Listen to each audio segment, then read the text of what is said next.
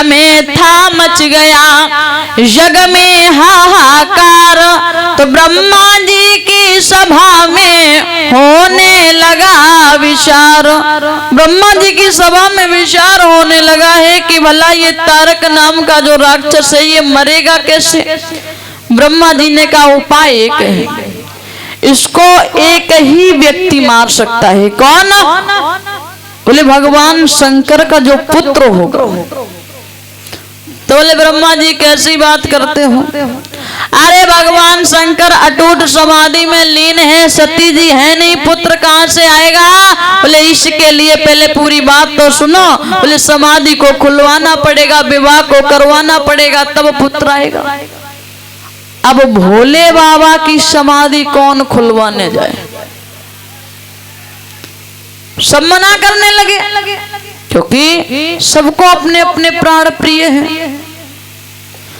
सब मना करने लगे, तब कामदेव आते हैं और कामदेव ने कहा कि अगर भोले बाबा की समाधि खुलने से ये तारक मर जाएगा तो मैं चला जाऊंगा। कामदेव पहुंचे और कामदेव ने जाकर के अपनी लीला प्रारंभ की। सुंदर सा बाग खिला दिया, सुगंधित हवाएं चल रही हैं, लेकिन भोले बाबा ने समाधि को नहीं खोला।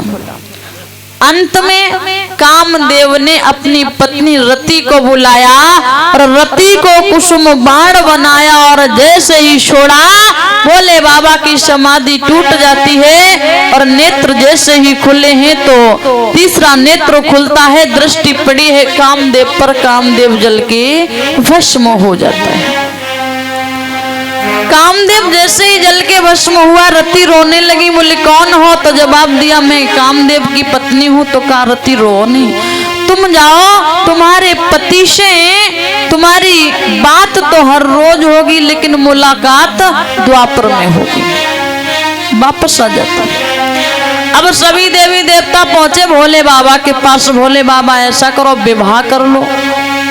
भोले बाबा बोले मैं और विवाह? बोले हाँ। बोले बड़ी मुश्किल से छुटकारा मिला है, अब नहीं करूंगा। देवी देवता नहीं मानते हैं, पुनः फिर वही बात कही है। तब भोले बाबा ने कहा अगर नहीं मानते हो तो ठीक है, पर एक बात बताओ मेरे साथ विवाह करेगा कौन? जवाब दिया आपके साथ में विवाह करने के लिए गिरजा तैयार है। तो कहा जाओ देवऋषि नारद को भेजा। बोले पूछ करके आओ एक बार गिरजा से। जैसे ही जाती है देवऋषि नारद गिरजा के पास में, कहा हे गिरजा तुम्हें नहीं मालूम है तुम जिनके लिए ये तपस्या कर रही हो, तुम्हें नहीं पता है न घर है न परिवार है न द्वार है, कैलाश पर्वत पे रहते हैं। गिरजा बोली कोई बात नहीं, अगर मैं विवाह करूंगी तो भगवान शंकर के साथ, अन्यथा सारे जीवन कंवारी रहूंगी। अब देवऋषि नारद ने दृढ़ विश्वास कर लिया कि अब तो विवाह पक्का ही है। पुनः लौट करके आते हैं और भोले बाबा को सारी बात बताई। तो भोले बाबा बोले फिर ठीक है, बारात की तैयारी की जाए। भोले बाबा की तरह अनोखा दूल्हा, भोले बाबा अनोखे दूल्हा बन रहे हैं। हर जगह खत भेजे गए, निमंत्रण भेजा गया, पत्र भेजा गया। अब सभी देवी देवता एकत्रित हुए तो भोले बाबा जब दूल्हा बनने लगे, शुक्र शनिचर को भी बुलाया गया, आमंत्रित किया गया और हम सबको भी बुलाया गया। बुलाया गया या नहीं? अगर बुलाया ना गया होता तो यहाँ बैठे नहीं होते हैं। तो भोले बाबा जब दूल्हा बनते हैं तो सबसे पहले भोले बाबा को दूल्हा बनाने के लिए मैया आदिशक्ति भवानी आती। उन्होंने सर्पों के द्वारा श्रृंगार करना प्रारंभ किया। कुंडल नाम के सर्प को लिया है, कान का कुंडल बना दिया, पहना दिया। करकोटक नाम के सर्प को लिया, गले का हार बनाया। सर्पों के द्वारा श्रृंगार करती जा रही। एक सर्प कम पड़ता है कंगन बनाने के लिए। तो भोले बाबा ने जैसे ये देखा, अब इधर आदिशक्ति भवानी ने शेष नाग जी को बुलाया। और शेष नाग से कहा क्या तुम कंगन बनने के लिए तैयार हो? तो शेष नाग जी ने नामे सिर हिलाया। आदि शक्ति भवानी मैया को क्रोध आ गया। उन्होंने अपने अंगूठे से शेष नाग के फन को दबाया तो शेष नाग के आंखों से 2 अश्रु बिंदु गिरे हैं जिनसे 2 कन्याएं बनी हैं। एक मैया सुलोचना और दूसरी सुनैना। अब भोले बाबा को दूल्हा बना रही हैं नारियां और जैसे ही दूल्हा बन रहे हैं भोले बाबा बताया कि सज रहे भोले बाबा निराले दूल्हे में सज रहे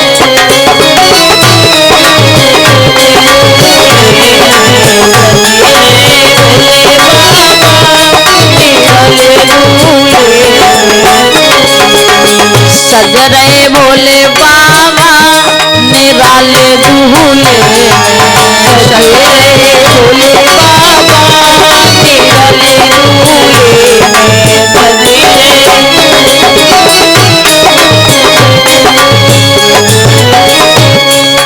निराले दूल्हे में मतवाले दूल्हे में निराले दूल्हे में मतवारी दूल्हे में निराले दूल्हे में मतवाले दूल्हे में निराले दूल्हे में मतवाली दूल्हे में सज रहे भोले बाबा निराले दूल्हे सज रहे भोले बाबा निराले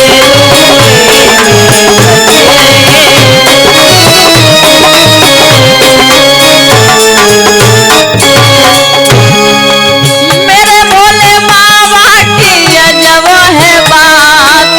मेरे भोले बाबा की अजब है बात।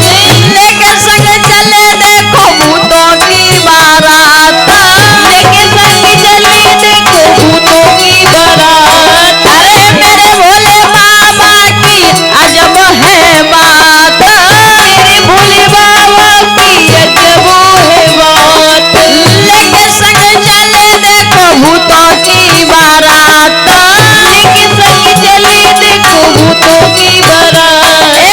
चल गए भोले बाबा निराले दूल्हे में सज रहे भोले बाबा निराले दूल्हे में सज रहे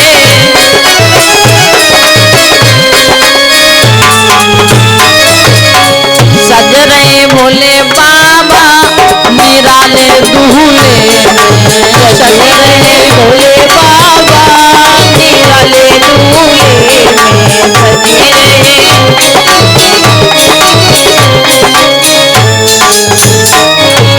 आज जैसे ही भोले बाबा को दूल्हा बनाया गया, भोले बाबा दूल्हा बनते हैं और जब बारात चली है